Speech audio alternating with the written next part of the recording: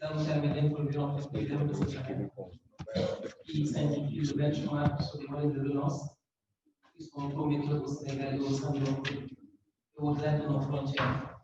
Donc, comme vous le savez, depuis le mois de mars, nous faisons face à une pandémie qui est la COVID-19. Et au niveau du Sénégal, cette pandémie a fait l'objet de plusieurs mesures, notamment plusieurs plans ont été mis en place. Face à cela, au Sénégal, il y a eu d'abord un plan de résilience économique et sociale ayant fait l'objet d'une attribution d'un montant de 200 milliards qui ont été déboursés sur le fonds France Covid. Par la suite également, il y a eu le plan de relance de l'économie au niveau national. Et on a également entendu le chef de l'État, son Excellence M. Macky Sall, évoquer le plan d'action prioritaire accéléré et réajusté, le PAP de ZAC. Donc aujourd'hui, nous sommes là réunis afin de voir un peu au niveau national qu'est-ce qui s'est passé par rapport à cette pandémie-là, quels ont été les instruments, les outils, les mesures prises en charge au niveau du Sénégal. Et autour de la table, pour en parler, nous avons M. Issiaka, économiste principal du PNUD. Nous avons également M. Stéphane Debo, de l'Union européenne, qui est également à ma gauche. En ligne avec nous, nous avons M. Arthur Ford, de la Banque mondiale. Nous avons Cheikh Mokhtar, qui est le directeur de la planification au niveau du ministère de l'économie du plan et de la coopération du Sénégal. À nos côtés, nous n'avons pas que les institutionnels, nous avons également M. Abdoubian, qui est président de SENSCAD. M. Javira s'excuse au niveau de notre panel. Et moi-même, pour animer cette modération, je m'appelle Sophie Diallo, PMO, Project Manager Office au niveau de la délégation à l'entrepreneuriat rapide. Donc, sans plus tarder, je m'en vais un peu présenter, laisser rapidement un mot d'introduction.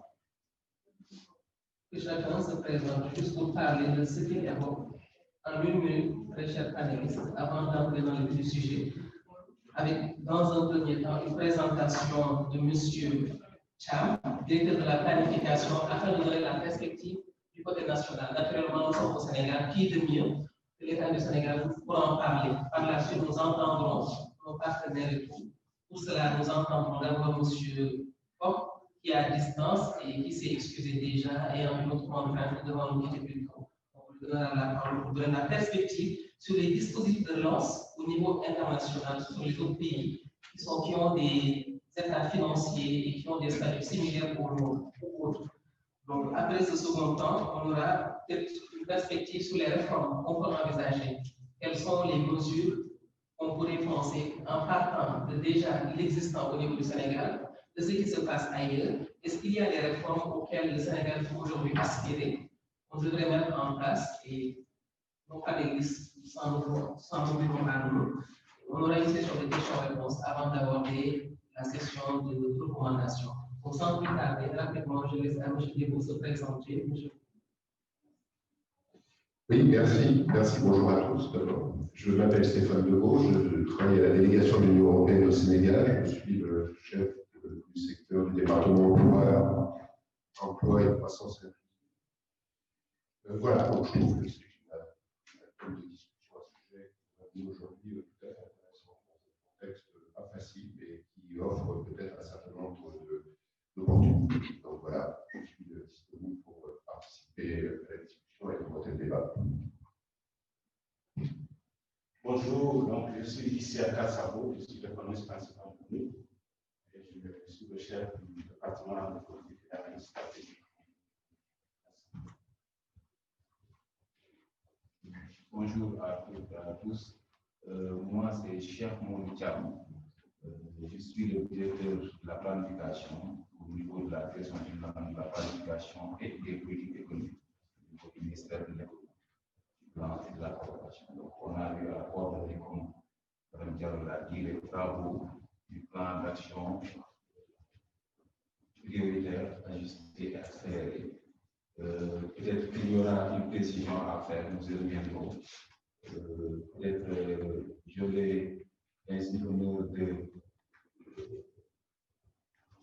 passer la salutation à, je pense, un de mes professeurs ici présents, chez Monique Mignane. Je pense que on a fait nos premiers pas avec lui, peut-être qu'il ne nous reconnaît plus même. Mais c'est vraiment un honneur que j'ai, voilà, cette primauté. C'est au peu de la tricherie d'avoir un professeur émérite, talentueux qui nous a beaucoup aidé dans la formation. Je me rappelle qu'il venait dans les chambres pour vraiment appuyer les étudiants. Ça, c'est voilà, une information. Bonsoir messieurs, bonsoir à toute la salle. Je me nomme Comédien. J'ai la chance aujourd'hui d'être président de l'association Start-up du Sénégal, qui porte le nom social, c'est un start-up, pour parler très très rapidement justement de notre association et puis justement un peu de des start-up aujourd'hui. Et c'est une communauté qui est en train de construire entre entrepreneurs. Merci. Je crois que vous avez la parole. Merci, bonjour à toutes et à tous. J'espère que vous m'entendez bien. Je suis désolé de ne pas être là parmi vous. Mais en tout cas, je pense que le numérique démontre leur utilité aujourd'hui. Sur Foch, je suis spécialiste senior en développement numérique et le Sénégal, le numérique au Sénégal depuis 2014 maintenant. Et je remercie vivement les organisateurs de cette invitation et j'ai de commencer les débats. Merci, M. Foch. On vous demandera peut-être de vous rapprocher un peu plus du micro parce que ça c'était un peu légèrement entrecoupé. Merci pour cette présentation. Donc, sans plus tarder, nous avons écouté M. Thiam, chef Mouri Thiam, directeur de la planification au niveau du ministère de l'économie et de la coopération, afin de nous faire part de l'état des lieux de relance mise en place par l'État du Sénégal. Merci beaucoup, Madame la Présidente. Je ne sais pas si la présentation est disponible. Elle ne devrait pas être longue, en plus que pratiquement le 27 septembre, pratiquement l'ensemble des acteurs avaient suivi le président de la République lors du lancement du plan de relance. Du plan de relance, peut-être une précision, on parle de PRES, programme de résilience économique et sociale. On parle également du PAP 2A, du plan d'action prioritaire ajusté et accéléré pour la relance de l'économie. Je pense qu'à un moment donné, certains parlaient de PREN, du plan de relance économique, du plan de relance de l'économie nationale, parce que je pense que c'est l'expression PAP 2A qui maintenant est dérivée sur la période 2021-2023. On va y revenir, comme il y a de cela 30 ans, 35 ans environ, lors de la crise pétrolière et d'autres crises, un choc d'une grande ampleur avait atteint notre pays, atteint le monde, de sorte qu'il avait été nécessaire de procéder à un ajustement. Donc, ce n'est pas la première fois qu'on procède à un tel ajustement. On avait un plan d'action prioritaire 2019-2023. Comme on va le constater, il y a eu un choc qui n'a épargné pratiquement aucune économie. Et 2021 aura été quand même une année, comme nous l'avons constaté, nécessaire quand même pour qu'on aille vers une relance de grande ampleur. Donc, un peu pour repréciser les idées, fixer les idées, pour qu'on puisse se comprendre. Donc, ma présentation sera articulée autour de 3 grands points.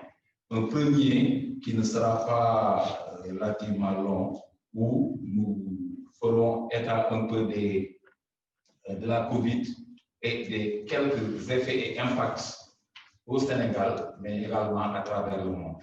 Dans une deuxième partie, nous aborderons relativement au choc que nous avons constaté de la Covid, les réactions à travers le Sénégal et également un peu griffées à travers le monde pour quelques pays avant de donner la parole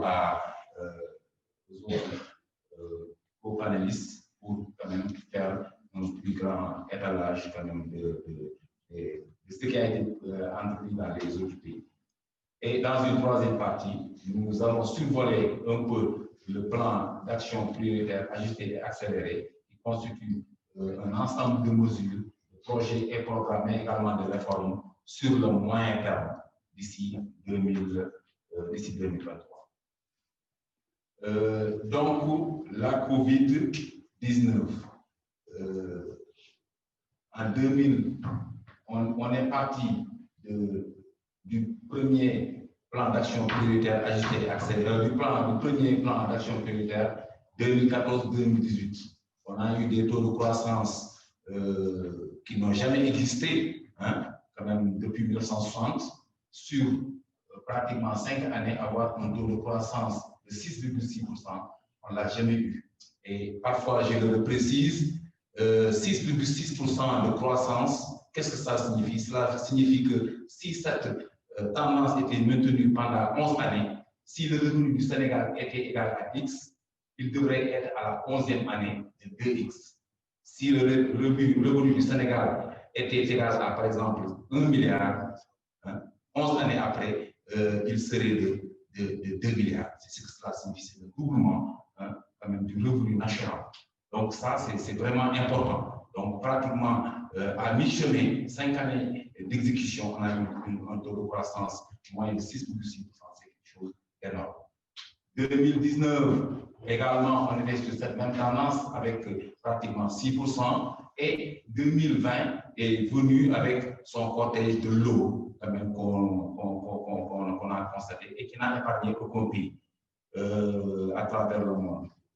À titre illustratif, on peut citer la France avec un taux de croissance qui serait proche de 13%, l'Italie également pratiquement moins 13% en 2020, hein, contre une croissance de 1,1%. Je précise que dans les pays développés, 1% de croissance, c'est quelque chose d'énorme. Ça également, c'est important.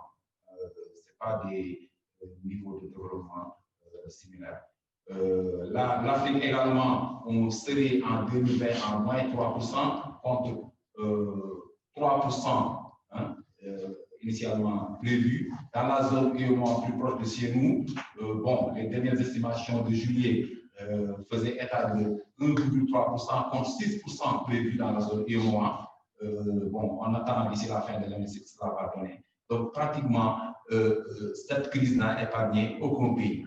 J'ai fait exprès de faire abstraction de la Chine, qui peut-être pourrait avoir une croissance positive, hein, même si également elle a été secouée. Le Sénégal, hein, où on avait prévu dans le PAP une croissance de 6%, hein, on devrait en être à moins 0,7%, hein, qui est largement en deçà de ce qui est prévu dans la loi de finances initiale de 2020. Donc vraiment, c'est un choc d'une ampleur énorme quand même qui n'a épargné pratiquement aucun pays, mais également le Sénégal.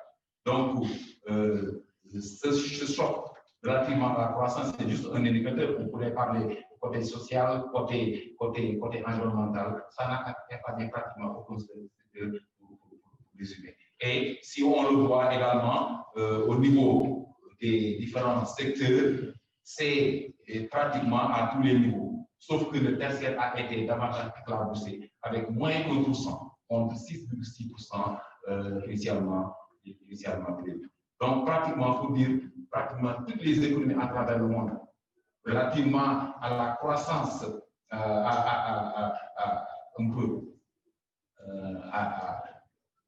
imaginez, si l'ensemble des pays partenaires sont en crise, le Sénégal nécessairement sera en crise.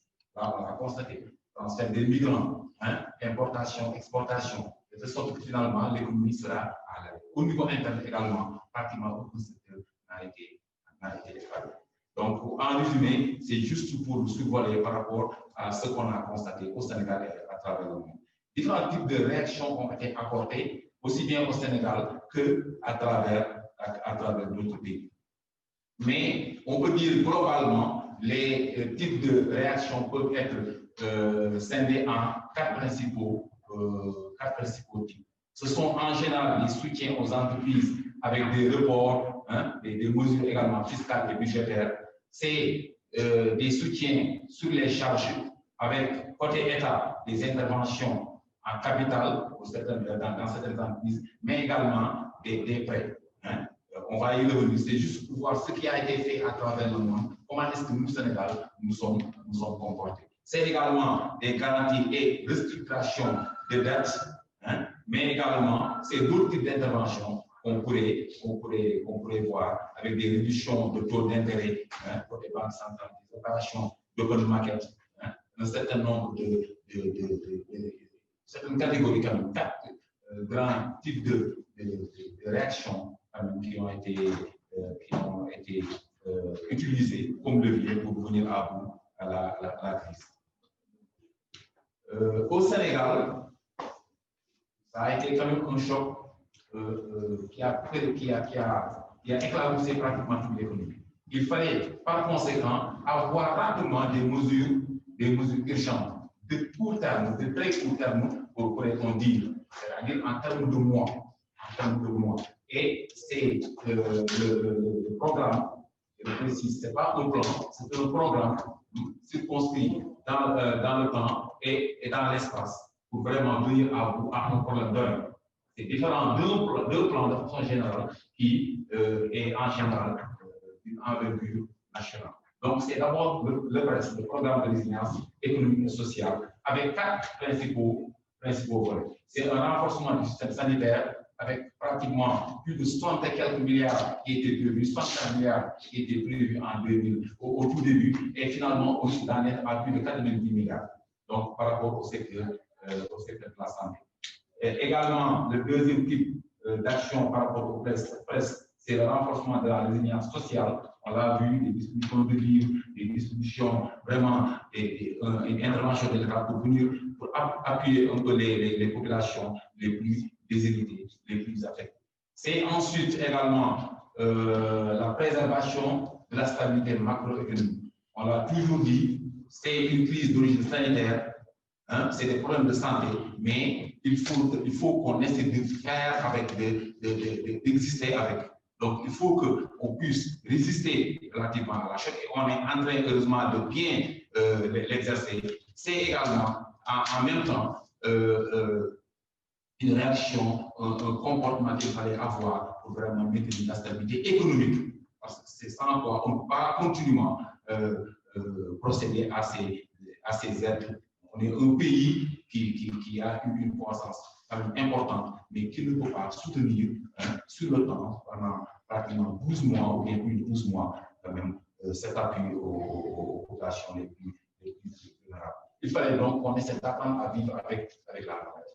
Donc, il fallait apporter quand même des aides aux entreprises, au secteur informel, aux artisans, etc., pour que vraiment on puisse vivre correctement avec la pandémie.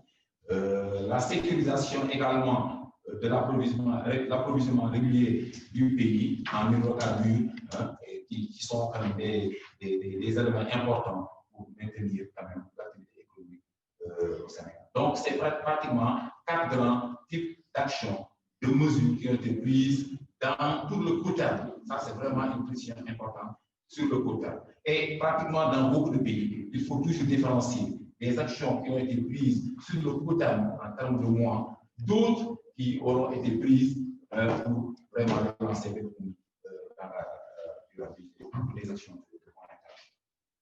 Et là, on l'a toujours constaté, et c'est important de le préciser, à côté de beaucoup d'autres pays relativement similaires au Sénégal, notre pays a mis pratiquement 7% de son PIB, et ça pourrait même, en tout cas, être supérieur à ce 7% parce que les 1000 milliards qui étaient prévus, on est en train, par exemple, dans le secteur de la santé, ce qui avait été prévu dans le secteur de la santé, les réalisations sont en train d'être supérieures aux prévisions. Donc, relativement à la Côte d'Ivoire, 6%, hein, et même peut-être pour certains un peu moins, certains parlent de 5 et quelques %. Le Nigeria, pratiquement 3%. Donc, beaucoup d'autres pays similaires, jusqu'au Ghana, pratiquement un peu moins de 1%. L'Afrique du Sud, peut-être, c'est le seul pays qui dépasse en termes relativement au PIB nominal le montant qui a été injecté par l'État à vous pour des actions de court terme à la pandémie. Et l'Afrique du Sud a mis 9%. Donc, il y a d'autres pays, ça varie de 1%, pratiquement de un peu moins de 1%, jusqu'à pratiquement 50% du PIB pour certains pays. Mais on l'aura constaté, pratiquement aucun pays, même les États-Unis, ne peuvent pas continuellement prendre en charge ces actions de court terme. Il faut quand même des actions de relance. À côté du Sénégal, je pense que là, je vais juste passer.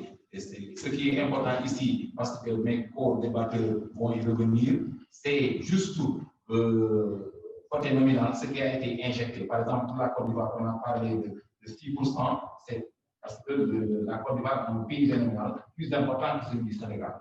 Eux, ils avaient envisagé d'injecter 1700 milliards. Le Maroc, c'est là, les 1700 milliards, c'est juste pour les actions de court terme.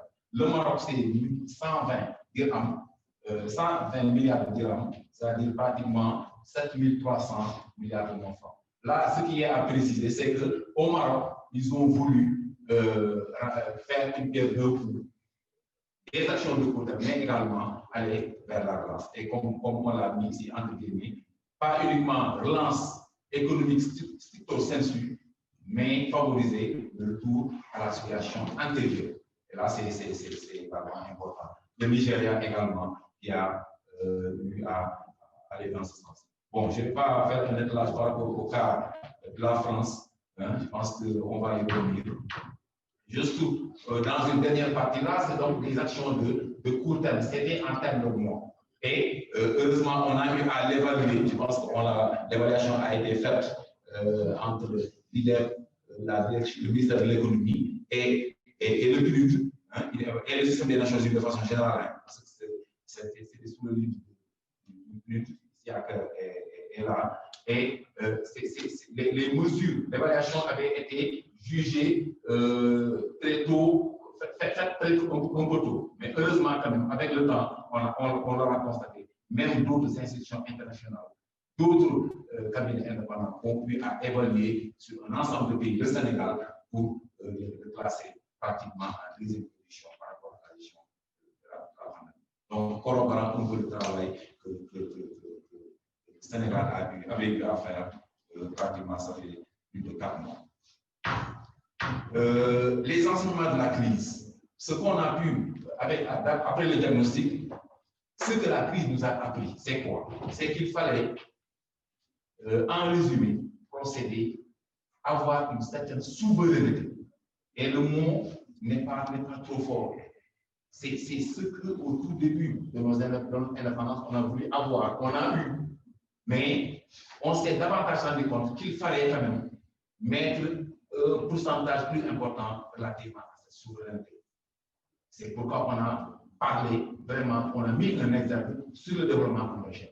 On a mis un exergue particulier, un focus particulier sur le consommateur. C'est vraiment ces orientations. Donc, il faudrait ici, ce que la crise nous a appris, c'est qu'il faudrait accélérer la souveraineté alimentaire, la souveraineté sanitaire et pharmaceutique. Il faudrait également accélérer l'industrialisation de l'économie, mais également relativement à notre thème de la transformation digitale. C'est important, nous y reviendrons par rapport à l'effet, aux impacts que la transformation digitale, le numérique peut avoir dans la croissance, dans le développement de son général. Il y a également le tourisme, mais également la protection sociale. Donc, c'est les principaux enseignements que nous avons tirés de la crise sanitaire. Et là, comme nous l'avions dit, l'ajustement, il s'agit d'un ajustement relativement à la situation 2019-2020, arriva la Covid, il faut qu'on puisse avoir qu'on puisse bien analyser la situation, hein, et nous reprojeter efficacement pour vraiment sortir de la crise. De telle sorte que le même objectif, et c'est important, le même objectif du PAP 2A 2019-2023 est maintenu, mais avec un focus particulier sur le développement endogène.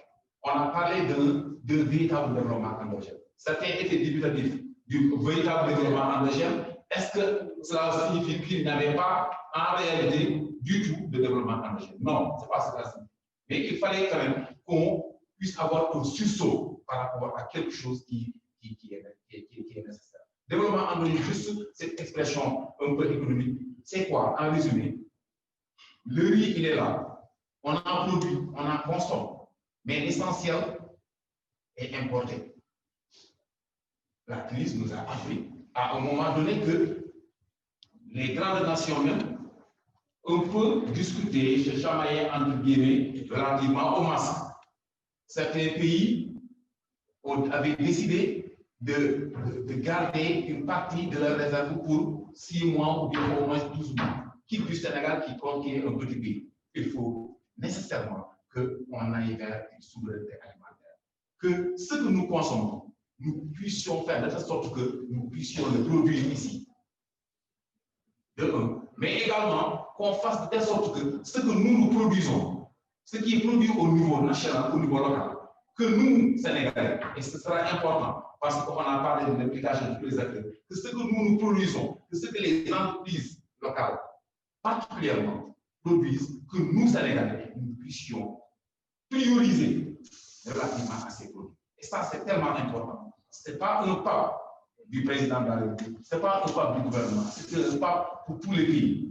Et c'est d'autant plus important que s'il n'y a pas cette implication de l'ensemble des acteurs, on ne pourra pas s'en sortir.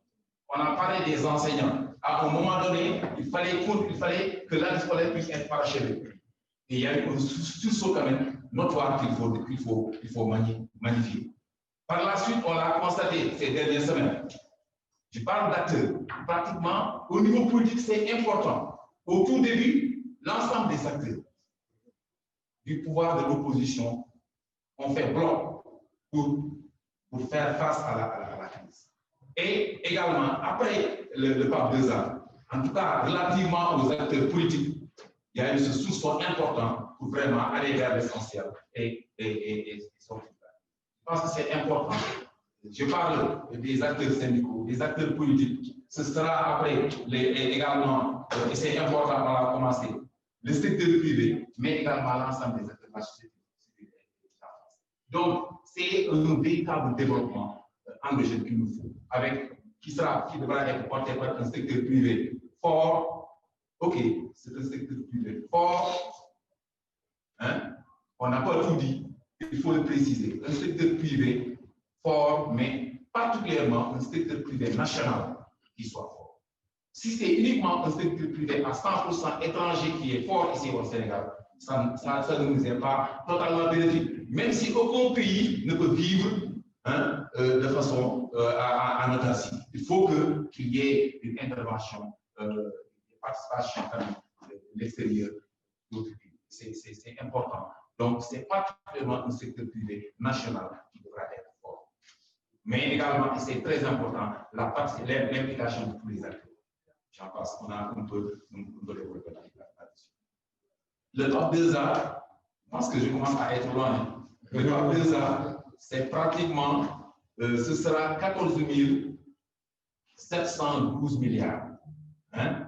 Soit une hausse de 4% relativement au PAP 2 2019-2023, initialement planifié.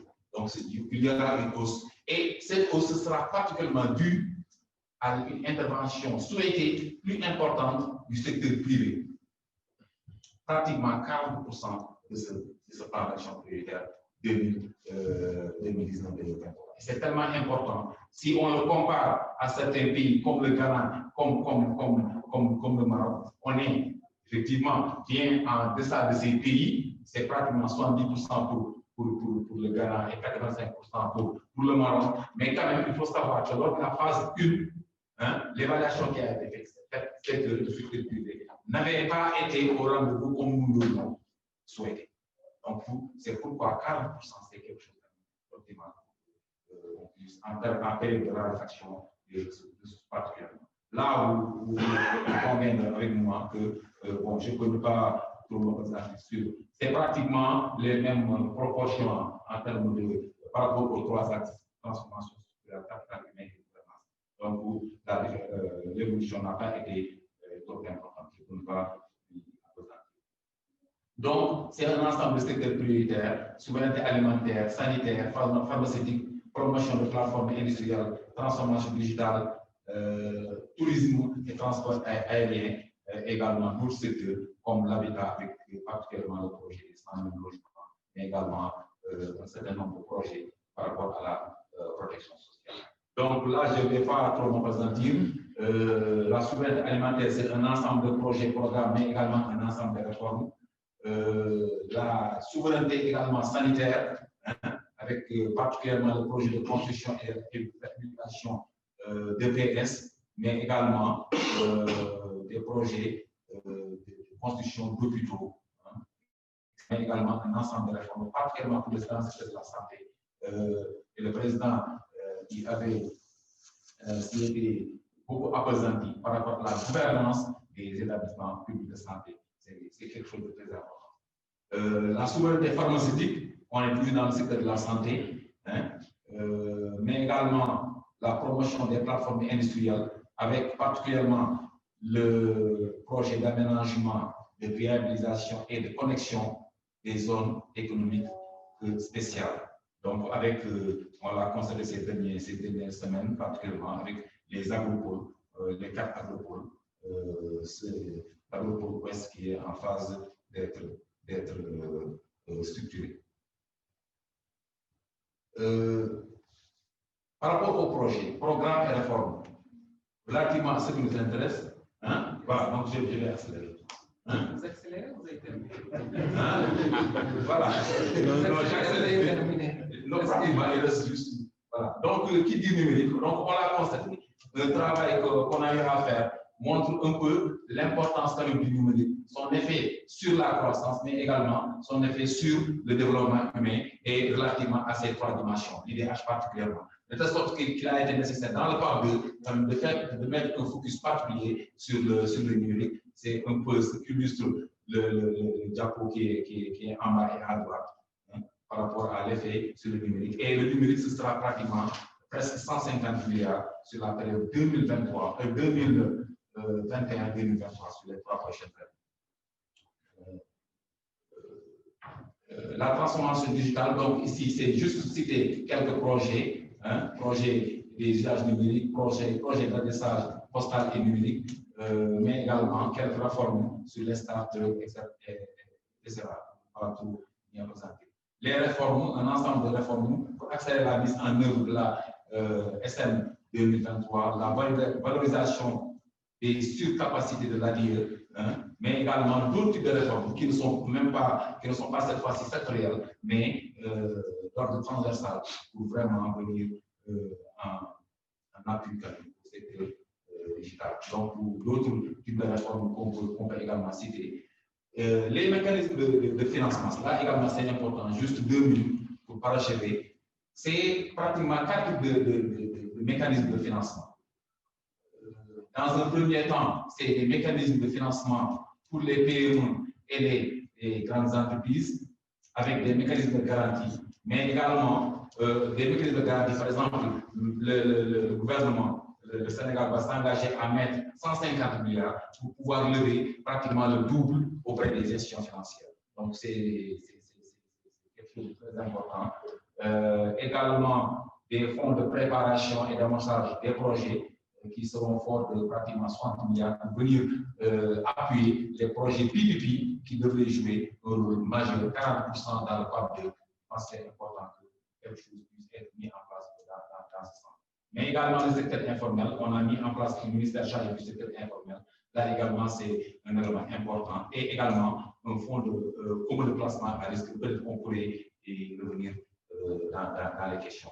Donc, l'impact qu'on devrait avoir, c'est rétablir la dynamique de croissance qu'on avait sur la période antérieure, avec en moyenne 6,1% sur la période 2019-2023. 2023 et sur la période de restriction faite à 2021-2023 sur les 3 prochaines années, ce devra être un taux de croissance moyen de 6,8%.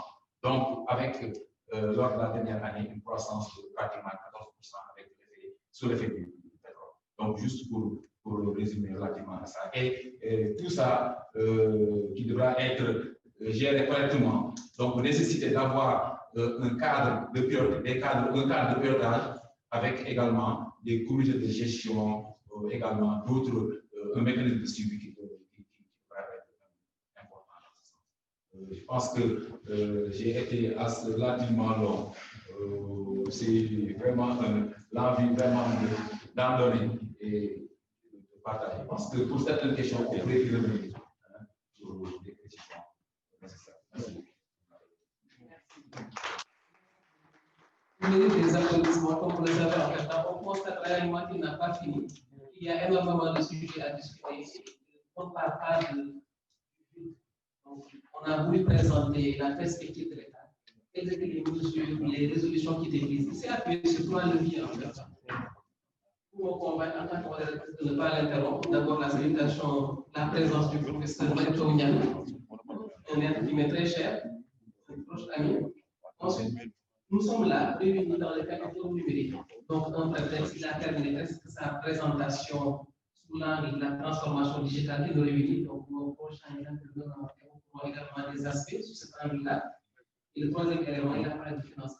À ma qualité de PMO de la délégation générale de la PMO de vous avez été très stratège.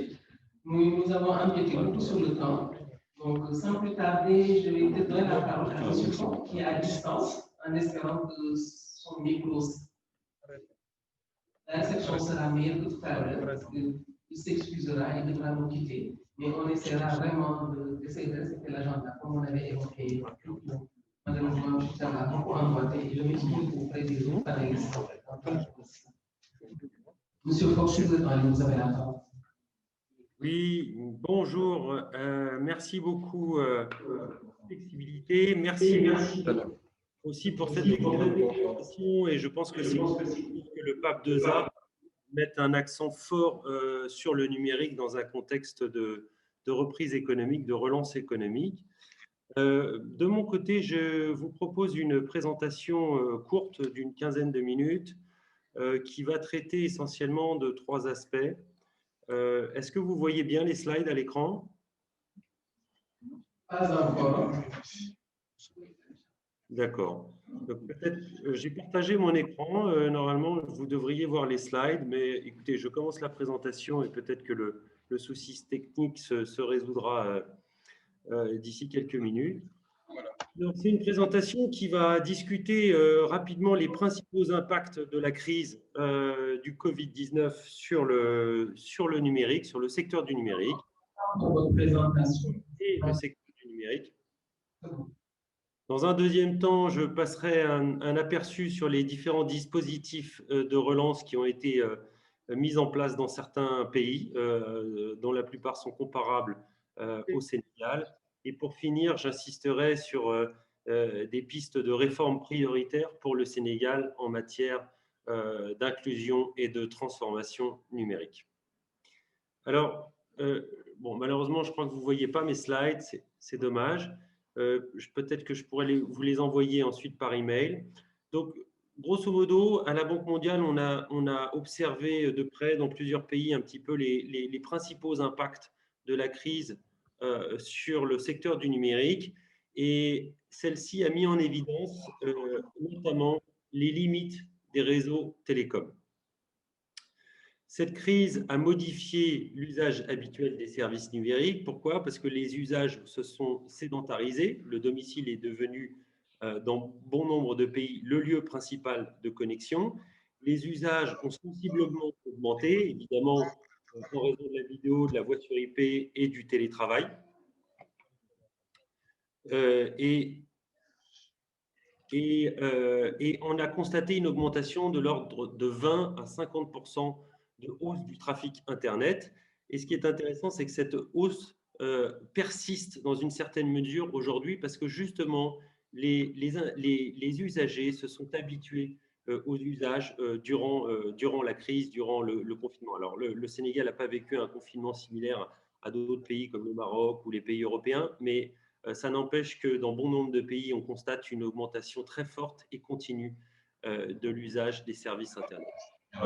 De façon intéressante, une forte baisse des débits des connexions mobiles et une importante congestion des réseaux mobiles, notamment alors, dans bon nombre de pays africains, notamment parce que dans ces pays-là, il y a un retard de développement des réseaux fixes qui sont très peu, encore très peu développés, ce qui fait que ce sont surtout les réseaux mobiles qui ont absorbé la hausse du trafic et ce qui a généré donc, de la congestion de l'ordre de 25 à 30% des sites radio, comme c'est le cas par exemple au Maroc et également en Mauritanie.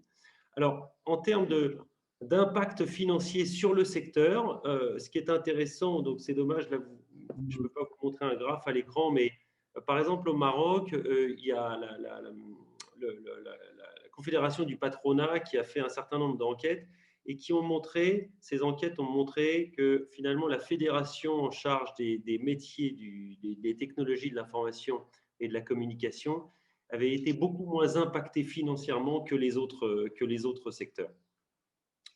Grosso modo, l'impact financier qu'on constate sur les opérateurs télécoms, il est assez faible. Pourquoi ? Parce qu'il y a eu une hausse du trafic Internet, certes, qui a généré des recettes supplémentaires, mais il y a eu beaucoup de gratuité de services et aussi beaucoup d'investissements dans le maintien du réseau et dans l'upgrade, en fait, dans la mise à niveau des réseaux pour faire face à la congestion.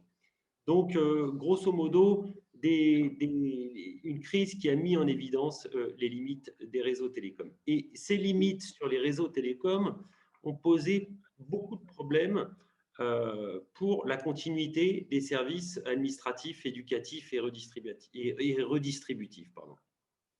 Donc, par exemple, il y a eu beaucoup de difficultés observées pour compenser financièrement via des outils et une infrastructure numérique les travailleurs du secteur formel, mais aussi et surtout les travailleurs du secteur informel qui n'étaient pas affiliés à la Caisse nationale de sécurité.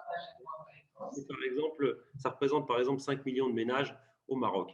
Même chose dans l'éducation, il y a un élève sur 3 qui n'a pas suivi, qui n'a pas pu suivre les cours à distance qui avaient été mis en place par les institutions en charge de ces secteurs, principalement, et c'est dans le cas de 7 élèves sur 10, en raison d'un manque d'équipement et de connexion Internet. Évidemment, ces chiffres-là sont encore plus hauts en zone rurale qu'en zone urbaine du fait de la fracture numérique. Alors, globalement, la crise, elle a généré une prise de conscience forte sur l'urgence d'accélérer l'agenda numérique. Ce qui est clair, c'est que les bases de données internationales montrent que l'Afrique subsaharienne, comparée aux autres régions, reste en termes d'utilisation et d'accès de l'Internet bien en deçà des autres régions. Donc, un manque de connexion qui est un facteur contribuant à l'accroissement des inégalités actuelles. On l'a vu par exemple précédemment avec les redistributions financières liées à la protection sociale ou l'éducation à distance, puisque lorsque vous n'avez pas de connexion, vous ne pouvez plus accéder aux services et encore moins en zone rurale. Alors, quelles ont été les réactions? Par exemple, au Maroc, le ministère de l'Éducation négocie actuellement avec le régulateur et avec les opérateurs une offre attractive, puisque ça représente 45 dirhams par mois, soit à peu près 4 €, pour offrir de la connectivité Internet dans les universités et aux étudiants. Donc, une offre d'accès spécifique au monde étudiant. Également, un gros effort en matière de numérisation et de modernisation de l'administration publique. Il y a un arsenal juridique qui a été partiellement adopté avec la loi sur la simplification des procédures et une loi sur la modernisation de l'administration marocaine. Vous avez l'Agence de développement du digital au Maroc qui a été créée en 2018 et qui est en train de travailler sur la plateforme centrale d'interopérabilité des services administratifs qui sera lancée d'ici 6 mois avec 4 cas d'usage qui vont être rapidement mis en place. En Algérie, tous les ministères développent actuellement des plans d'action numérique pour décembre 2020 sur la haute instruction du chef de l'État. Et de la même façon, la Tunisie, par exemple, finalise à la lumière des leçons de la crise sa nouvelle stratégie numérique et son nouveau code des communications électroniques.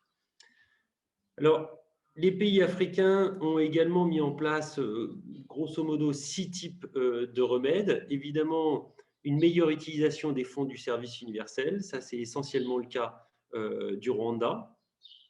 Un gros effort pour le développement de l'infrastructure via la mise en place de partenariats publics, de partage d'infrastructures et de co-investissement en Côte d'Ivoire via le réseau national haut débit.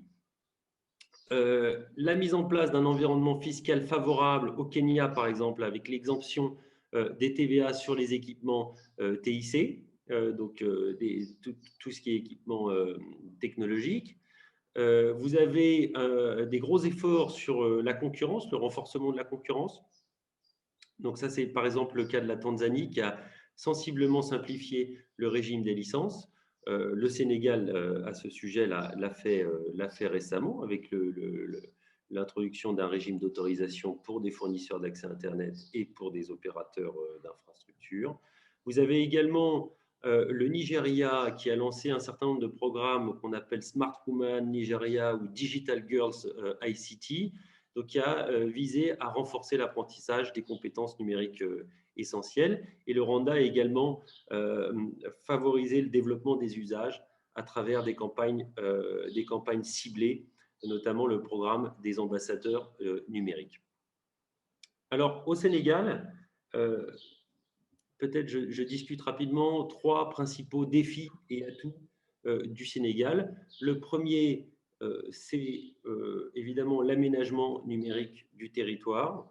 À la Banque mondiale, nous avons réalisé une assistance technique en 2020 sur les 16 départements de la Casamance et du bassin arachidier qui ont montré que dans ces 16 départements, les taux de pénétration et donc les taux d'accès de la population aux services Internet étaient encore très très faibles et bien en dessous de la moyenne nationale. Si on se réfère aux chiffres de l'autorité de régulation des télécoms au Sénégal, vous avez à peu près 70% de la population qui a accès à Internet. Dans les 16 départements dont je vous parle, en Casamance et en bassin arachidier, ces taux-là sont essentiellement compris entre 5 et 20%, à l'exception de Mbaké où on atteint des taux équivalents à 55%. Donc, on voit bien qu'il y a des retards importants, des différences de taux de pénétration de l'Internet entre différentes régions au Sénégal. Un écart énorme, évidemment, entre Dakar et le reste du pays et encore beaucoup d'efforts à faire en matière de connectivité, surtout dans les régions sud du pays, comme celle de la Casamance et du bassin arachidier. Alors, pour faire face à ce défi, le Sénégal dispose, à mon sens, de 3 atouts majeurs. D'une part, un fonds de service universel des télécommunications qui a été restructuré suite à l'adoption du nouveau code des communications électroniques et qui dispose de ressources conséquentes pour pouvoir investir dans l'expansion des infrastructures, mais aussi dans le développement des usages. Le deuxième atout, c'est le réseau fibre optique de l'État, puisque l'État a investi des fonds propres dans la construction d'un réseau qui est aujourd'hui opéré par l'Agence de l'informatique de l'État et un réseau conséquent qui dispose tout de même de 4050 km de fibre optique et qui couvre la plupart des régions et des départements du pays. Donc un atout stratégique majeur. Et puis également, comme je l'ai dit, 3 opérateurs en bonne santé financière, robustes, et plus récemment, 3 fournisseurs d'accès à Internet qui sont rentrés sur le marché des télécoms récemment. Donc, un renforcement de la concurrence récente. Alors, c'est dommage que vous ne voyez pas mon slide, mais ici, on montre bien, il y a eu des enquêtes dans le cadre d'un rapport en cours de la Banque mondiale et qui montrent un petit peu les principales raisons, les principales raisons du non-équipement des adultes à un téléphone mobile au Sénégal. Et ce qui ressort, c'est que pour 60%, donc, pardon, pour 70% des adultes qui ne sont pas équipés en téléphone mobile aujourd'hui, hein, je vous parle en 2020, eh bien, le principal facteur d'explication, c'est le prix du service. Donc, malgré les efforts pour accroître le niveau de concurrence, le prix du service reste un défi majeur pour les personnes qui ne sont pas encore aujourd'hui équipées d'un téléphone mobile. Le deuxième facteur important, bon, je passe évidemment le facteur de l'électricité, parce que vous devez avoir un accès à l'électricité pour pouvoir utiliser ces technologies. Mais au-delà du manque d'électricité, vous avez quand même 32% des adultes qui ne sont pas équipés en téléphone mobile, qui indiquent que c'est l'absence de couverture réseau qui est un défi majeur. Donc, voilà, un gros besoin en matière d'aménagement numérique pour aller couvrir les zones qui sont encore sous-desservies au Sénégal. Et je crois que le ministère, avec le FDSUT, a fait un travail très important de diagnostic justement et d'identification des zones blanches et des zones grises sur ce sujet. Et donc aussi des efforts importants à faire au niveau de la concurrence pour renforcer la concurrence de sorte à ce que les services deviennent plus abordables auprès des populations qui ne sont aujourd'hui pas encore équipées et connectées. Alors un deuxième défi et en même temps, je dirais aussi les atouts du Sénégal dans ce domaine, c'est l'e-gouvernement. Donc comme je le disais par exemple au Maroc, c'est vraiment arriver à simplifier les procédures administratives et à les numériser de bout en bout, de sorte à ce que l'administration puisse plus facilement et de façon plus large communiquer, échanger avec ses citoyens et avec le secteur privé. Alors, en matière de e-gouvernement, là, j'ai un graphe qui montre le classement du Sénégal sur l'indice de développement du gouvernement en 2020. Donc, le Sénégal reste quand même avec un indice de 0,4, largement en dessous des pays comme l'Afrique du Sud, le Ghana, le Cap-Vert, le Kenya, le Rwanda, la Côte d'Ivoire, le Nigeria ou le Cameroun.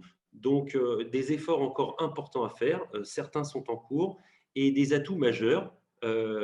J'en citerai trois. Évidemment, la stratégie Sénégal numérique 2025, qui met l'e-gouvernement au cœur de la stratégie sectorielle du pays. Encore une fois, une agence dédiée à l'e-gouvernement, avec l'agence de l'informatique de l'État, qui a joué, je crois, un rôle très important pendant la crise Covid pour essayer de permettre aux administrations de se transformer numériquement et des outils de plus en plus développés dans ce sens. Et puis également, à l'initiative d'un certain nombre de ministères, la mise en place de plateformes, elles sont soit déjà existantes, soit en cours de déploiement, des plateformes numériques justement pour numériser un certain nombre de services publics. Là, je fais référence au CIGIF, par exemple, ou à la plateforme GIM de l'UEMA pour la digitalisation des paiements. Et il y en a bien d'autres. Je sais que les services douaniers, notamment, ont développé des plateformes aussi numériques importantes et qui génèrent des bénéfices importants. Le troisième défi et atout du Sénégal, ce sont les compétences numériques. Dans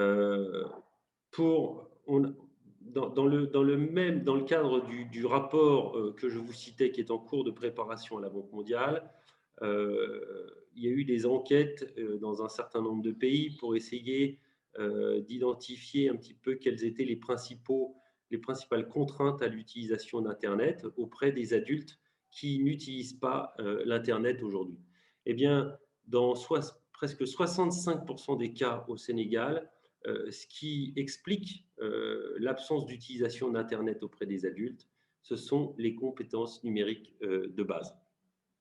Un autre facteur, et je crois qu'on l'a déjà abordé, c'est l'abordabilité, c'est-à-dire la cherté des services. Mais Les adultes insistent beaucoup là-dessus, c'est-à-dire qu'ils n'ont pas les compétences numériques de base pour pouvoir utiliser de façon efficace et productive l'Internet. Alors, ici, et donc bon, ici, vous le voyez pas sur ce graphe, mais c'est vrai que c'est particulièrement important au Sénégal, comparé à d'autres pays comme le Nigeria, le Ghana, qui sont plutôt à des niveaux de 50%, le Kenya, qui a beaucoup travaillé là-dessus, qui se retrouve à 35%, l'Ouganda qui a presque 20%, et la Tanzanie et le Rwanda qui sont à presque 10%. Donc on voit bien qu'il y a des efforts encore importants à faire par rapport à d'autres pays d'Afrique dans ce domaine. Alors, 3 atouts majeurs au Sénégal: une population jeune et habituée au numérique. Je pense que l'enjeu se situe surtout dans les zones semi-urbaines et rurales pour renforcer les compétences numériques de base. Un deuxième atout, c'est encore une fois ce fonds de service universel des télécoms qui dispose de moyens importants, qui a été restructuré et qui est capable d'agir sur le développement des usages. Donc un atout financier et technique important pour remédier à ça.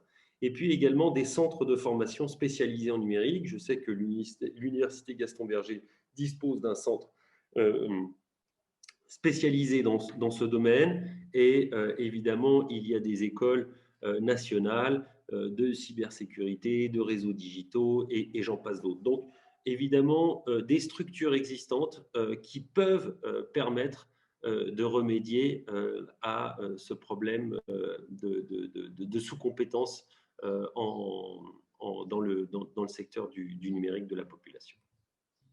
Pour terminer, ce sera mon dernier slide. Alors, quelles sont les principales réformes prioritaires au Sénégal que nous voyons à la Banque mondiale? D'une part, il y en a 4 au total. Donc, d'une part, c'est la poursuite des réformes légales, réglementaires et institutionnelles qui sont en cours pour la plupart.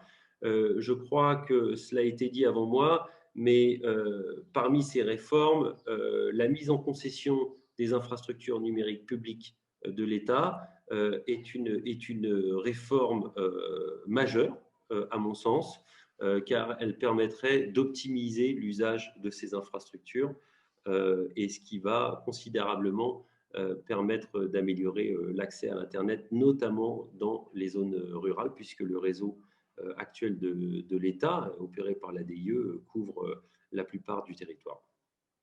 La deuxième chose, c'est poursuivre l'application du Code des communications électroniques, notamment via l'adoption de la suite des décrets prioritaires. Le code a été adopté, un certain nombre de décrets prioritaires ont également été adoptés, promulgués. Il reste d'autres décrets sur lesquels le gouvernement travaille, et je pense que ces décrets sont critiques pour essayer de booster un petit peu le développement du secteur numérique. De la même façon, actualiser les lois et les décrets relatifs à la société de l'information, aux transactions électroniques. Ce sont des lois qui datent de 2008, qui nécessitent d'être mises à jour, notamment à la lumière de la crise, comme la Tunisie le fait. Donc, transactions électroniques, cryptologie, protection des données personnelles et cybercriminalité. Je pense que ça, c'est un point très important. La 4e réforme, c'est vraiment la mise en œuvre accélérée de la stratégie nationale de la cybersécurité du Sénégal, au regard notamment de l'accroissement en fait, des attaques, des cyberattaques récemment. Je crois que les journaux, la presse internationale l'a largement référencé. Et puis également le renforcement de la régulation des télécoms, notamment au niveau des offres de gros des opérateurs, ce qu'on appelle les marchés pertinents, et également gestion, tarification des fréquences, et aussi un gros travail d'enquête, notamment d'enquête ménage, que certains régulateurs africains comme la NRT au Maroc, par exemple, et j'en passe d'autres, font régulièrement et qui sont très utiles pour ajuster l'intervention publique dans le secteur du numérique. Le deuxième pilier d'action, c'est vraiment la réduction de la fracture numérique. Et là, je crois que je l'ai dit, je pense que un outil majeur qui doit être activé rapidement et efficacement, c'est le Fonds de service universel des télécommunications. Et c'est également la mise en place de partenariats publics-privés pour le déploiement d'infrastructures, que ce soit au niveau du backbone, c'est-à-dire des connexions intervilles, mais aussi au niveau du backhaul, c'est-à-dire l'alimentation des sites mobiles notamment, et le réseau d'accès mobile et fixe, le fixe étant critique notamment pour les entreprises et les administrations. Bien entendu les ménages, mais pour la relance économique, les entreprises doivent pouvoir disposer d'un accès fixe dans des conditions tarifaires et techniques acceptables. Le renforcement, donc ça c'est essentiellement dans les zones sous-desservies, donc des zones rurales où l'intervention publique est nécessaire avec donc des cofinancements et des partenariats publics-privés. Dans les zones urbaines, semi-urbaines, qui sont donc plus rentables que les zones rurales, c'est vraiment le renforcement de la concurrence qui devrait être activé pleinement. Et aujourd'hui, le Sénégal dispose de 3 fournisseurs d'accès Internet qui ont encore du mal, pour des raisons de régulation et de difficulté d'accès aux infrastructures existantes des opérateurs, à commercialiser pleinement et à se déployer pleinement sur le territoire. Donc, au-delà des fournisseurs d'accès Internet, quelque chose de très important pour le Sénégal, c'est d'essayer d'attirer des opérateurs de réseaux fibre optique, mais aussi de Towerco. Et je crois que c'est une initiative en cours avec notamment le partenaire Helios au Sénégal. Donc, des très bonnes perspectives. Le troisième pilier, c'est la promotion de l'e-gouvernement. Et là, j'insiste particulièrement sur l'interopérabilité, qui nécessite évidemment un cadre légal, comme je l'ai dit au Maroc, un dispositif légal au travers de la loi sur la simplification des procédures, mais aussi sur l'administration électronique, qui met l'interopérabilité comme une obligation en fait, pour les administrations. Au Maroc, les administrations ont aujourd'hui 5 ans pour numériser de bout en bout l'ensemble de leurs services publics. Donc, c'est la raison pour laquelle le gouvernement s'active rapidement dans ce domaine. La mise en place d'une plateforme centrale d'interopérabilité et le développement de cas d'usage d'interopérabilité de bout en bout. Et évidemment, des efforts pour digitaliser les paiements, notamment les pensions au niveau des douanes, des impôts, des bourses familiales, mais aussi des frais de scolarité. Le quatrième pilier, c'est le renforcement des compétences numériques clés. Nous pensons qu'à court terme, il faudrait établir un diagnostic exhaustif des formations numériques existantes au Sénégal et des principaux besoins, notamment dans l'administration. Dans un deuxième temps, c'est vraiment essayer d'utiliser tous les outils disponibles, notamment le Fonds de service universel des télécommunications, mais aussi d'autres outils pour développer des usages basiques auprès des populations, notamment auprès des populations rurales, pour les encourager et faciliter leur accès et l'utilisation des services numériques. Et puis, évidemment, le développement des usages plus avancés auprès des fonctionnaires de l'État, essentiellement pour accompagner justement l'agenda e-gouvernement. Donc, voilà, j'ai terminé ma présentation. Je suis malheureusement un peu contraint par le temps, mais je suis à votre disposition pour répondre à d'éventuelles questions. Merci beaucoup de votre attention.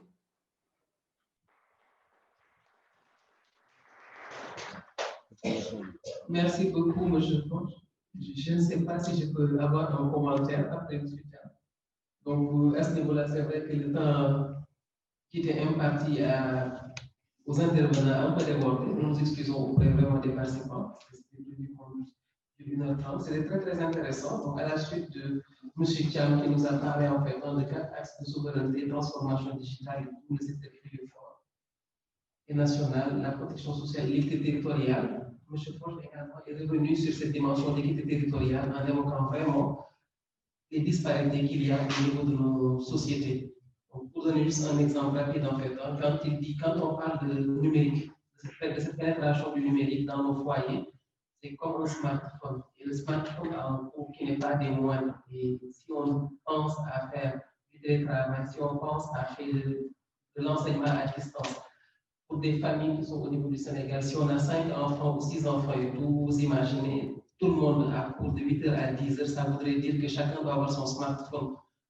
Donc, faites les multiplications rapidement. Après, en sus de cela, également la couverture territoire de la connectivité. Donc, il y a certains défis auxquels nous devons vraiment faire face. Merci, M. Foch, pour cette belle intervention également, après M. Tchab. Sans plus tarder, nous allons passer la parole à M. Isiaka Sabou. M. Sabou, soyez indulgent. Oui, Ayez pitié. je vais aller très vite. Surtout que, Mais pas trop vite quand même. voilà, surtout que je sais que notre collègue là-bas mondial quand même a posé un peu tout le secteur avec tous les défis, les atouts et les opportunités pour le Sénégal. Moi, je voulais juste prendre un angle particulier de cet échange.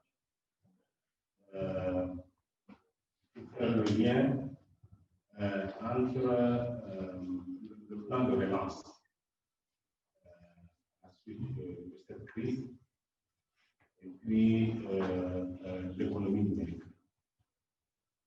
Alors, pour moi,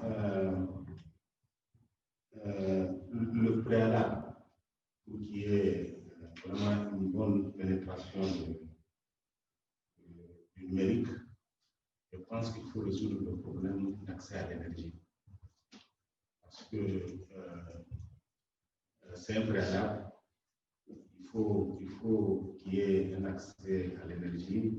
Si on veut aussi réduire cette fracture, ces inégalités, essayer de vulgariser l'utilisation de l'électronique, je pense que le préalable, c'est l'accès à l'énergie.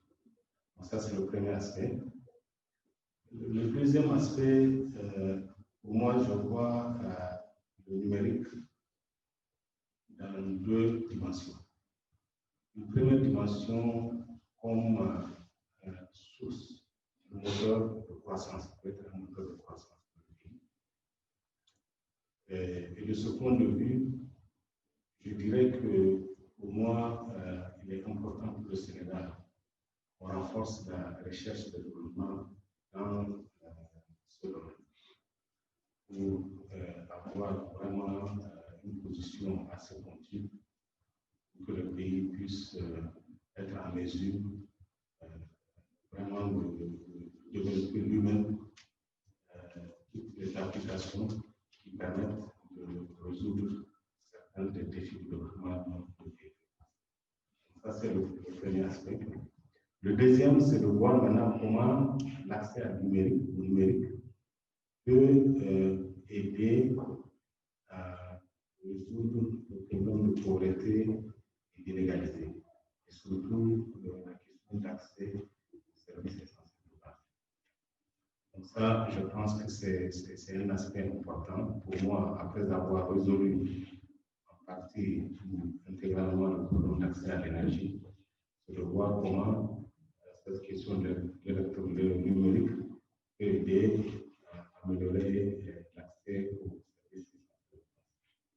Et effectivement, quand vous regardez avec la crise de Covid-19, nous avons fait une évaluation où on a montré que pour la première fois depuis 1990, le niveau de l'IDH va baisser dans pratiquement tous les pays au niveau mondial. Pour la première fois. Pourquoi? Parce que les trois dimensions de l'IDH sont les dimensions qui sont les plus affectées par la crise. C'est la santé, c'est l'éducation et c'est le revenu. Pour ce qui est de l'éducation, effectivement, on a remarqué que le fait des inégalités dans l'accès justement au numérique a fait que certains pays ont creusé justement l'écart dans ce secteur. Donc, d'où l'importance de voir comment l'accès numérique, comment faire en sorte qu'il puisse améliorer, en tout cas, l'éducation des enfants. Et pour cela, même si le problème d'énergie est résolu, une des choses qui a été remarquée avec la crise, c'est que les enseignants même n'étaient pas préparés pour ça. Même si les familles ont accès, les enseignants n'étaient pas formés pour ça. Donc, d'où une question importante sur laquelle il faut travailler. Comment renforcer le curriculum des enseignants pour qu'ils aient les capacités nécessaires à pouvoir donner éventuellement les enseignements qu'il faut à tout. Donc ça, je pense que c'est important de voir comment inscrire cela et comment renforcer les capacités des enseignants. Le deuxième aspect sur lequel j'aimerais intervenir par rapport à l'accès aux services sociaux de base, c'est la question de santé.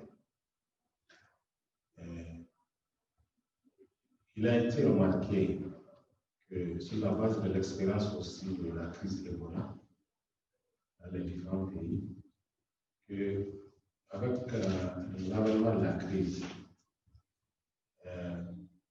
il y a eu plus de décès liés au fait que certains services de santé essentiels ont été négligés. L'attention de toutes les autorités et les acteurs s'est tournée pour la gestion de la crise et on a oublié les services de santé de base. Ce qui fait qu'il y a eu plus de morts liés à ça que par rapport à la crise elle-même. Donc, une des leçons à tirer, c'est qu'il faut toujours mettre en place des dispositions qui permettent de maintenir, quelle que soit la crise, les services classiques de santé. Et là aussi, je pense que le numérique peut essayer de voir comment trouver une solution, en tout cas réfléchir pour voir comment aider en cas de crise pour qu'on puisse quand même continuer à fournir les services, pourquoi pas des consultations en ligne, etc. Donc ça aussi, c'est des idées sur lesquelles il faut travailler. Je pense aussi un autre défi, si on regarde sur le plan économique. Donc, moi, j'ai laissé, au début, je voulais développer en tout cas sur les mesures de relance de manière générale, mais j'ai bien compris maintenant la question, c'est par rapport à sous l'angle numérique. Donc, je voulais quand même essayer de voir aussi comment proposer des mesures qui vont permettre peut-être de relever un autre type de défi que traverse l'économie du Sénégal, la question du secteur informel. Le gouvernement a pris des mesures pour soulager certaines unités informelles. Je pense qu'aussi on peut utiliser l'opportunité de relance pour voir en contrepartie l'aide apportée par l'État puisse permettre aussi de faire un suivi de ce secteur informel en contrepartie.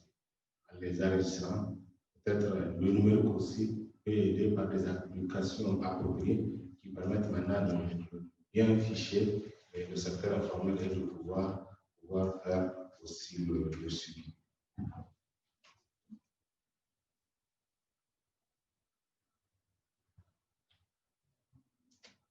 Un autre aspect aussi que je pense qu'il peut être important pour le Sénégal, c'est en termes de perspective d'importation, j'allais dire, des matériels et des investissements dans le secteur numérique. Je pense qu'il faut aussi, toujours dans la même ligne de cette idée de recherche et développement, de voir aussi comment faire en sorte qu'il y ait un transfert de compétences. très souvent, c'est ce qui se fait. Je me rappelle, on disait que quand la Chine avait commandé les 30 Airbus A380, ils ont exigé dans le contrat qu'on leur fournisse 29 Airbus, mais le 30e en pièces détachées, pour qu'eux-mêmes les apprennent à faire le montage et voir par la suite qu'ils puissent prendre en charge certaines. Donc, je pense qu'il faut intégrer aussi ce genre de stratégie dans l'importation des infrastructures qu'on fait dans nos pays. Ça peut être aussi le terrain, pourquoi pas.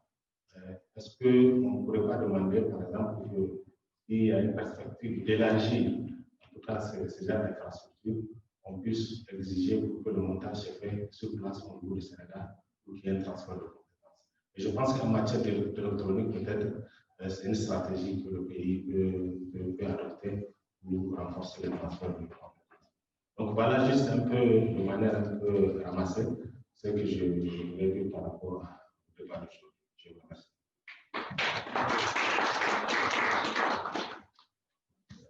Merci beaucoup, M. Savo et Siaka.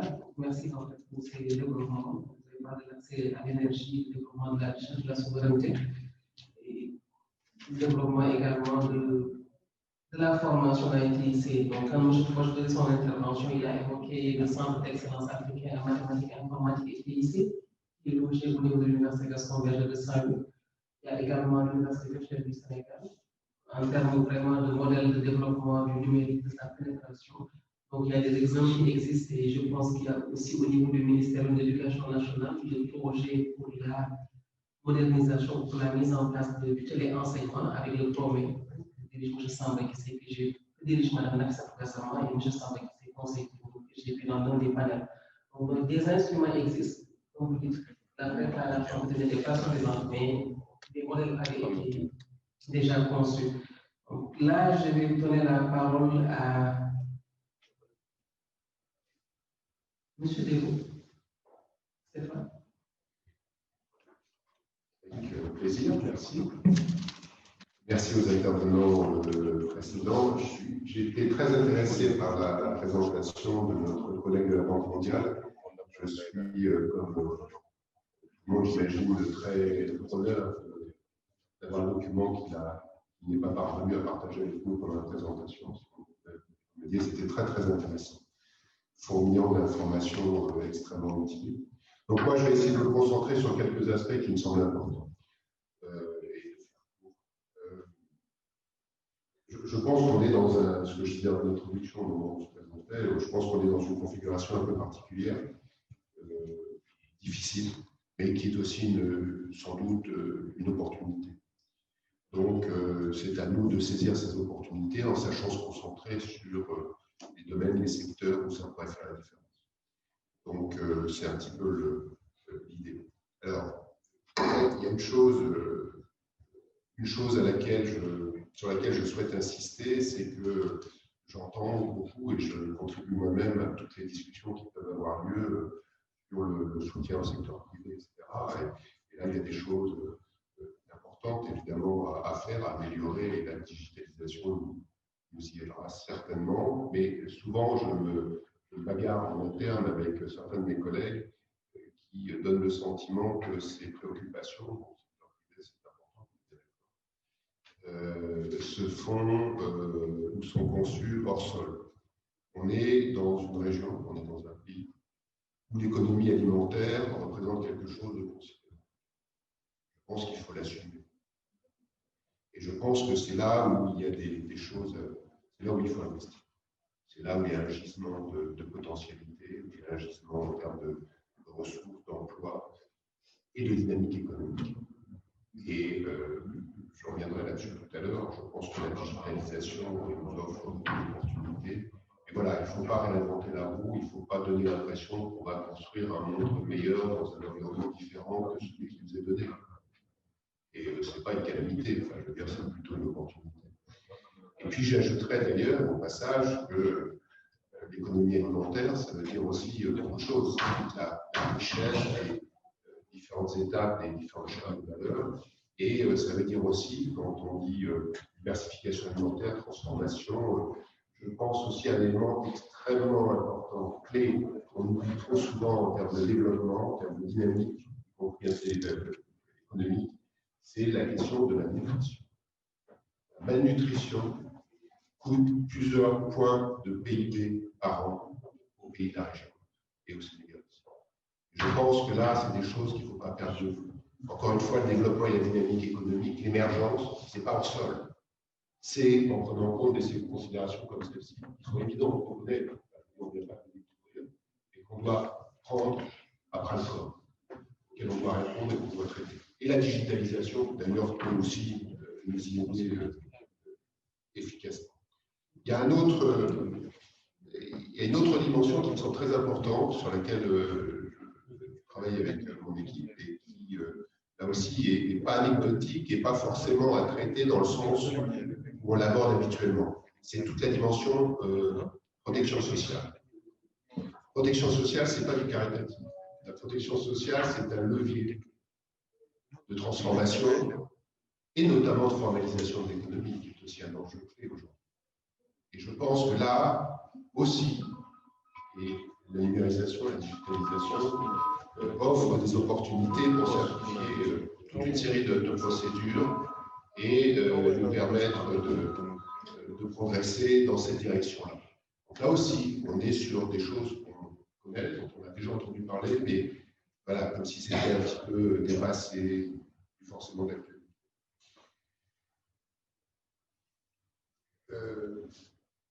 Voilà, je pense que, donc, par rapport à ces deux exemples, il y en a d'autres. Hein. Je veux dire, la digitalisation, elle doit aussi s'appuyer sur des choses qui existent déjà, qui fonctionnent déjà, les développer, les amplifier,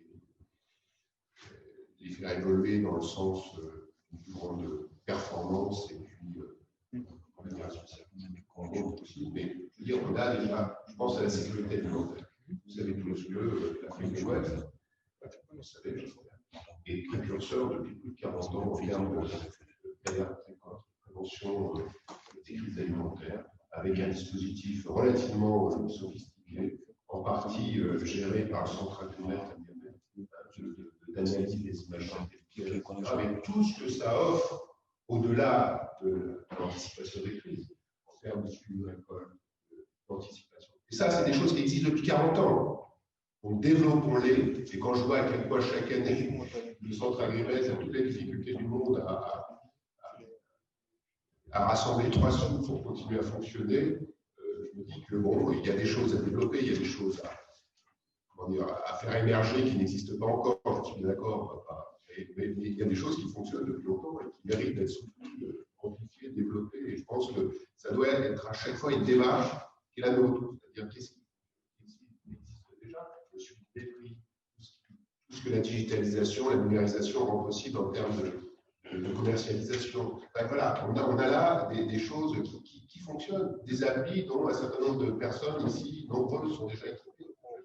Là, il y a des choses qui semblent vraiment. Alors, en conclusion, deux points. Et puis,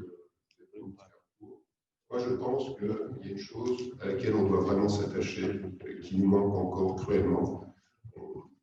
Hier encore, je participais à une présentation effectuée par le POPS, à l'émergence. Et vraiment, j'étais impressionné. Présentation extrêmement très, très sophistiquée. Et je me dis, moi, qui suis depuis de nombreuses années un combattant de la coopération, partenariat, que souvent on manque des éléments de base, c'est-à-dire que les informations de qualité, fiables.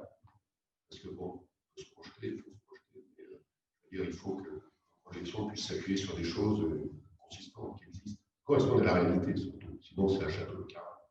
On se tient des discours très prometteurs, mais qui s'appuient sur pas grand-chose de vrai. Et je pense que là, voilà, le partage d'informations, la circulation d'informations, la vérification d'informations, tout ça, la digitalisation, les progrès technologiques nous permettront de recouper, comparer,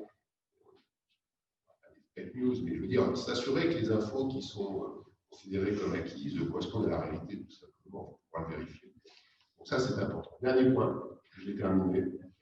je voudrais avoir une pensée toute particulière pour la place des femmes, pas simplement parce que je suis le point focal femme, genre plutôt à la délégation de l'Union européenne, mais parce que d'abord en période de Covid, elles ont été, comme beaucoup de personnes vulnérables, les premières impactées par cette crise, d'une manière différente.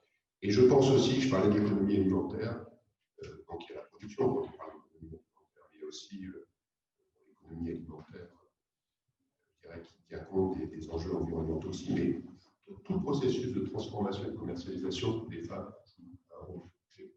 Et je pense que là, raison de plus pour s'en occuper, je dirais, efficacement et évidemment avec toutes les opportunités que les nouvelles technologies nous offrent.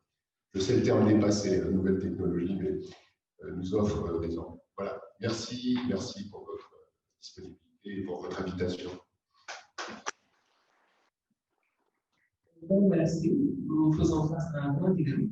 Bientôt se tiendra la cérémonie de clôture. C'est pour ça que le professeur du jury a quitté la salle. Donc, l'orchestre nous a informé de cela. Donc, sans plus tarder, je vais donner la parole à M. Aboudjan. Il a indiqué en fait moi je le représentant de SENS, la Public Association. Julien, vous avez la lourde tâche d'intervenir en dernier avec un court temps. Merci pour m'avoir donné la parole. Je pense que je vais annoncer déjà assez rapidement la couleur. Je suis très client de mots-clés et j'adore noter. Il se trouve que j'ai eu à remarquer l'intervention de M. Proche qui était très très axé aujourd'hui sur le patch du numérique aujourd'hui et surtout lié à un manque d'Internet. Dans tous les discours qui ont été là, celui de M. Deveau qui a mentionné 7 fois le mot digitalisation. M. Fay, qui m'a mentionné 4 fois le mot court terme, 6 fois le mot solution rapide. Messieurs, bienvenue dans notre monde. Vous êtes des start-upers aujourd'hui. Les plans de relance ne sont pas nouveaux. Ils ont toujours existé. Vous avez bien parlé auparavant de choc pétrolier, de crise sanitaire, d'Ebola. À chaque choc économique, social ou sanitaire, des États ont adopté des plans productifs et consuméristes. Notez une chose, messieurs, nous, les start-upers, nous nous inscrivons dans ces 2 solutions. Une start-up a également un élément, un impact de productif, parce qu'elles construisent des solutions. Elles construisent des outils.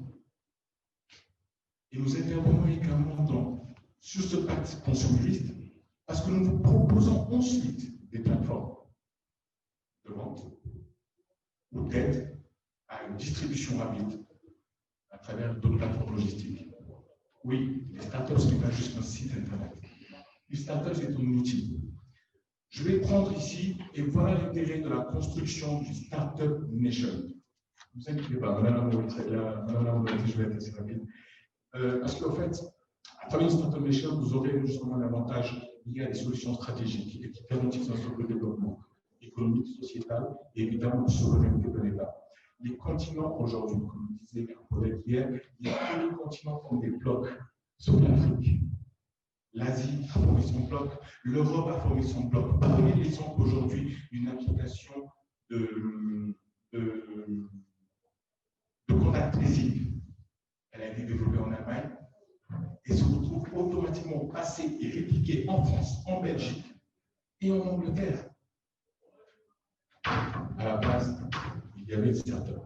C'est à ce moment, et juste à ce moment, que dans un contexte de fragilisation économique, que nous nous rejoignons.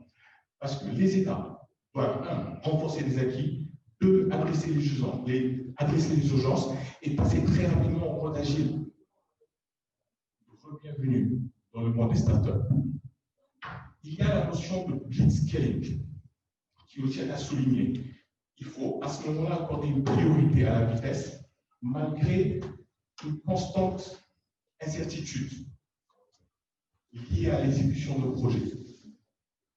La notion de pivot Vous avez parlé tout à l'heure de changement.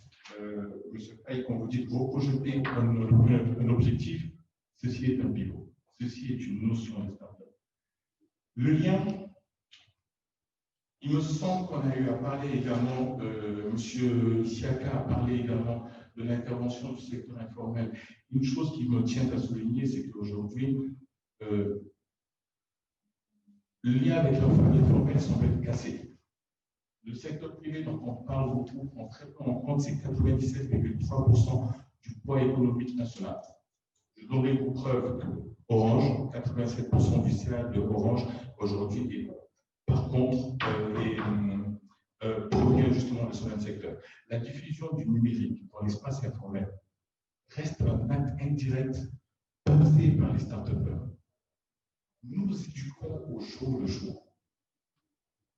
Nos applications et même nos plateformes se retrouvent utilisées aujourd'hui par le secteur informel. La petite parenthèse et un petit clin d'œil à BNB qui est en face de moi, ce monsieur avec le pull violet vous installe des hotspots Wi-Fi gratuitement et vous facilite un accès à Internet. Ceci, c'était par rapport à M. Deveau tout à l'heure, à M. Foch, excusez-moi. Je disais donc que nous éduquons et nous avons des problèmes de société. Nous sommes un bras armé. Une seule fois, le mot start-up est revenu. C'était lors du discours de M. Frey. Et ce mot était automatiquement assimilé au mot financement. Non, nous ne sommes pas demandeurs d'argent. Nous demandons une seule et unique chose. Nous sommes un bras armé, nous sommes un hub technologique. L'article 8 du Startup Act nous réconforte et nous pose dans une position convenable de start-up d'État afin de compléter et renforcer un écosystème numérique. Il est plus que nécessaire d'impliquer les laboratoires d'innovation universitaire et des institutions internationales. À ce jour, je répète encore une fois, nous ne demandons pas d'argent. Le militantisme sectoriel dans lequel aujourd'hui nous sommes tous ne demande qu'une seule chose. Donnez-nous accès à des marchés. Nos solutions ont été prouvées et éprouvées sur le terrain. Je pense qu'il n'y a pas plus patriote aujourd'hui que ces jeunes qui se tuent jour et nuit. Évidemment, ce même militantisme sectoriel devrait pouvoir, parce que j'ai entendu parler tout à l'heure de transfert de compétences, un start-upper n'est pas forcément ce jeune étudiant qui vient juste de sortir d'école. Un start-upper confirmé à au moins 10, quelquefois 15 ans d'expérience dans les structures internationales. Et ce militantisme sectoriel dont je parlais, chacun d'entre nous sommes et doit prévaloir sur des solutions importées et qui sont loin d'être patriotes. Je pense qu'on arrive là. Ça va éviter d'être un peu trop long. Je vous ai donné quand même à pouvoir justement résister sur le fait que nous existons. J'ai entendu vous parler du secteur privé tout à l'heure. Secteur numérique. Les solutions et les outils proviendront de nous. Et ça, je suis encore convaincu.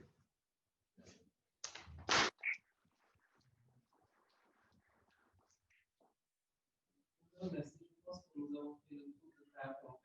Comme on nous confie la cérémonie de clôture, je ne souhaite terminer en fait sans vous laisser rapidement, très rapidement. C'est vrai pour tout le monde cette fois-ci.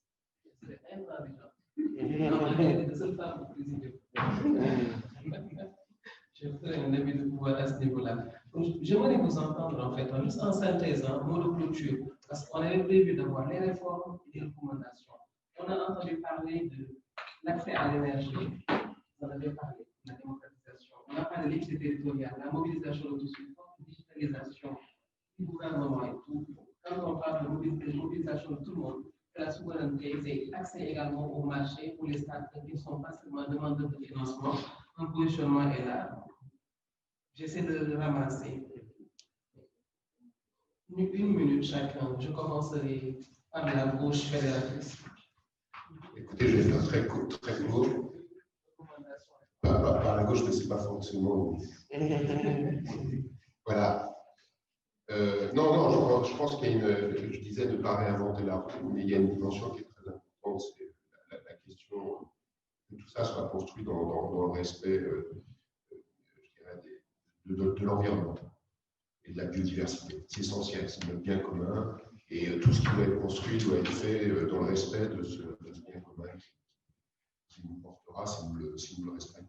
Donc, je pense que là, il y a quelque chose d'essentiel, et ça permet cet agissement aussi économique considérable. Je pense notamment à tout ce qui est en lien avec l'économie circulaire, évidemment. Donc voilà, tout ça dans le respect de l'environnement, et ce ne sont pas que des mots, c'est vraiment, c'est vital.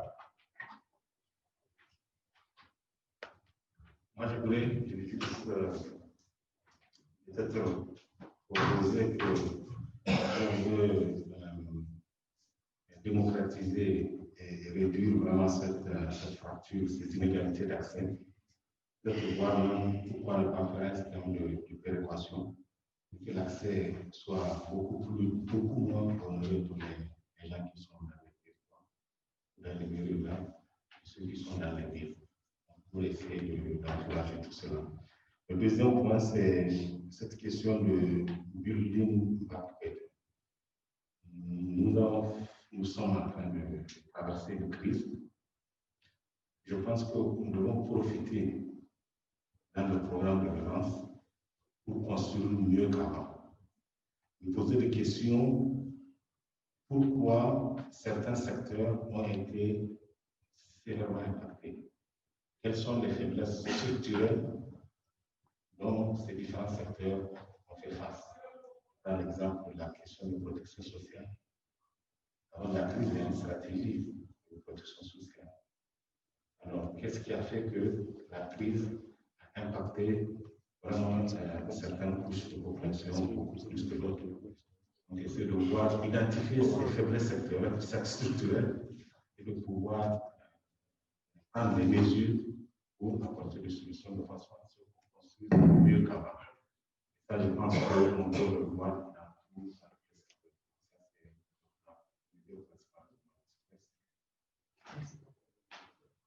Je vais prendre l'extrême droite, je termine par la petite solution. Je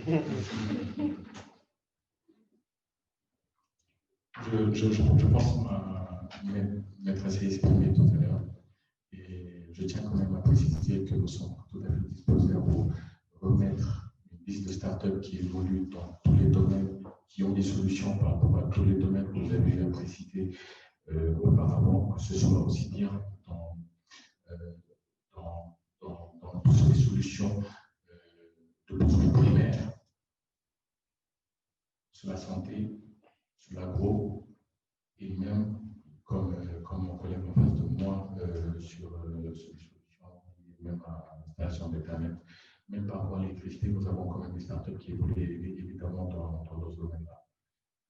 Faites appel à nous, faites appel à cette association, disposez évidemment à ce moment-là d'une intelligentsia qui est quand même sénégalaise. Aidez-vous à fabriquer ce champion national qui pourrait rayonner. N'oubliez pas que c'est un contexte de géopolitique, parce que cette même start-up devient ambassadeur de votre pays et s'expand ensuite dans toute l'Afrique.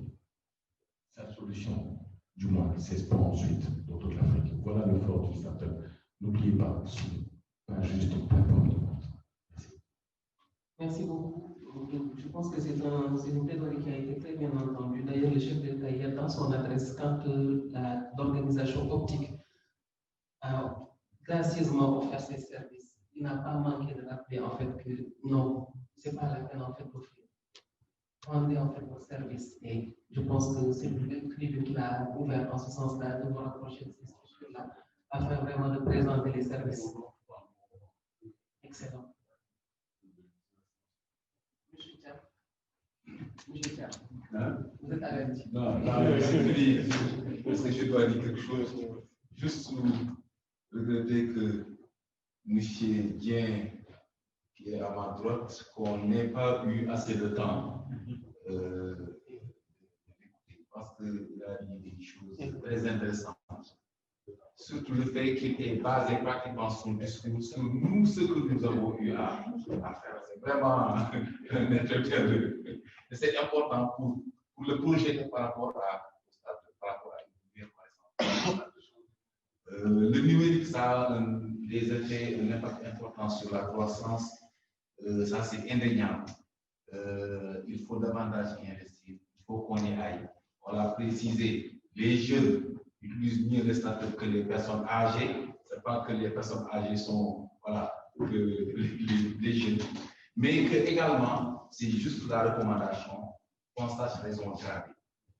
L'utilisation que les jeunes font du numérique est pratiquement à la marche. C'est pratiquement à la marche. C'est quoi Facebook? C'est quoi? Pratiquement qu'il n'a pas une utilité significative, dirais-je. Et là, c'est vraiment des pertes énormes. Il faut qu'on puisse davantage s'auto-conscientiser pour tirer davantage. Toutes mes excuses pour avoir été trop long. Je remercie tout le monde et j'exprime vraiment toute ma gratitude et ma fierté d'avoir partagé ce panel complet de tout ce qui en fait c'était très intéressant. Si on récupère ces différentes informations, on garde vraiment une belle image, très bien